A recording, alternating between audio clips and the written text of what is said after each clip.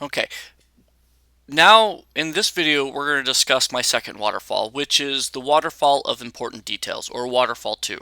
Um, like the first waterfall where we really deal with descriptive elements, we start with, what is our broad interest and appeal.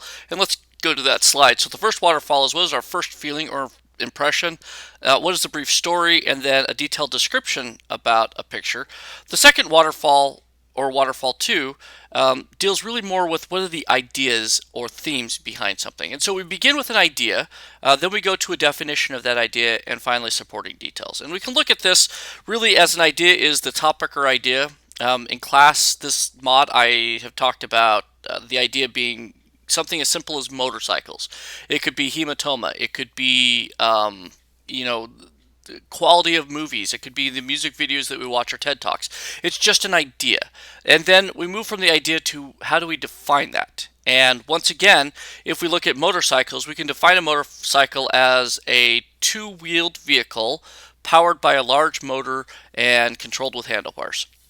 And from there, we might find other details that we're interested in, but that's where you get to the third level of this waterfall, which is supporting details, which is quotes, ideas, experiences, further descriptive things. Because as you may or may not know with motorcycles, sure, it has two wheels, but from the motor to the wheels, you could either have a chain or a drive shaft.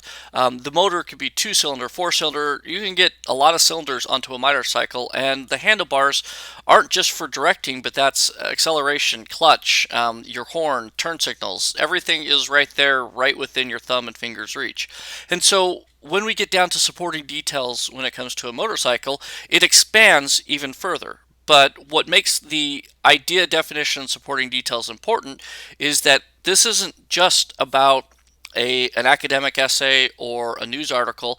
Fiction and all writing follows this pattern. And so when we watch a video, when we watch a music video, and when we do the weird things that I sometimes do in class, the objective is to start looking at them not just as, oh, hey, this is good or bad, which is a good way to start, but also what is intended, how is that intent defined, and finally, how is that intent supported. And we will see that not just in these brief examples, but overall in everything that we do throughout the mod.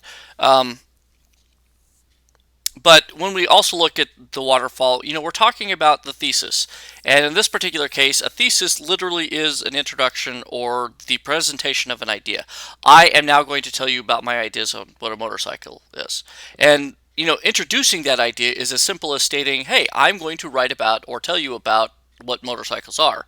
Now, granted, you want to be more artistic or clever or different about how you do that, but it doesn't hurt to start, I am going to begin telling you what it is I'm going to tell you.